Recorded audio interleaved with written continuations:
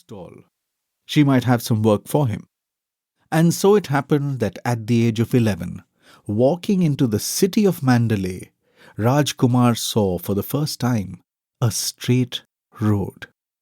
By the sides of the road there were bamboo-walled shacks and palm-thatched shanties, pats of dung and piles of refuse. But the straight course of the road's journey was unsmudged by the clutter that flanked it. It was like a causeway cutting across a choppy sea. Its lines led the eye right through the city, past the bright red walls of the fort to the distant pagodas of Mandalay Hill, shining like a string of white bells upon the slope. For his age, Rajkumar was well travelled. The boat he worked on was a coastal craft that generally kept to open waters, plying the long length of shore that joined Burma to Bengal. Rajkumar had been to Chittagong and Bassein and any number of towns and villages in between. But in all his travels, he had never come across thoroughfares like those in Mandalay. He was accustomed to lanes and alleys that curled endlessly around themselves so that you could never see beyond the next curve. Here was something new, a road that followed a straight, unvarying course, bringing the horizon right into the middle of habitation. When the fort's full immensity revealed itself, Rajkumar came to a halt in the middle of the road. The citadel was a miracle to behold, with its mile-long walls and its immense moat. The crenellated ramparts were almost 3 stories high, but of a soaring lightness, red in colour and topped by ornamented gateways with 7-tiered roofs.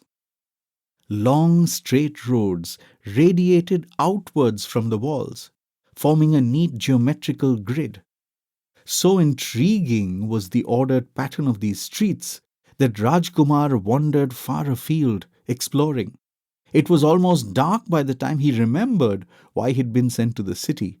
He made his way back to the fort's western wall and asked for Ma Cho. Ma Cho? She has a stall where she sells food, pei chow and other things. She's half Indian. Ah, Ma Cho. It made sense that this ragged-looking Indian boy was looking for Ma Cho. She often had Indian strays working at her stall. There she is, the thin one. Ma Cho was small and harried-looking, with spirals of wiry hair hanging over her forehead like a fringed awning. She was in her mid-30s, more Burmese than Indian in appearance. She was busy frying vegetables, squinting at the smoking oil from the shelter of an upthrust arm. She glared at Rajkumar suspiciously. What do you want? He had just begun to explain about the boat and the repairs and wanting a job for a few weeks when she interrupted him. She began to shout at the top of her voice with her eyes closed. What do you think? I have jobs under my armpits to pluck out and hand to you. Last week a boy ran away with 2 of my pots. Who's to tell me you won't do the same? And so on.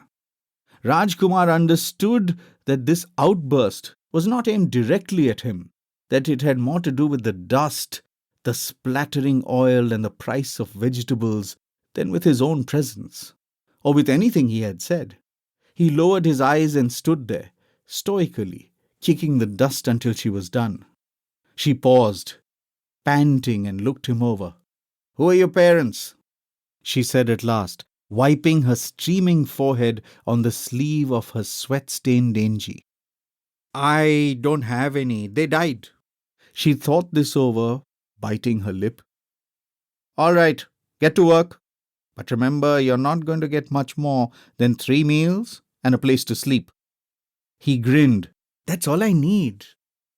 Ma Cho's stall consisted of a couple of benches sheltered beneath the stilts of a bamboo-walled hut.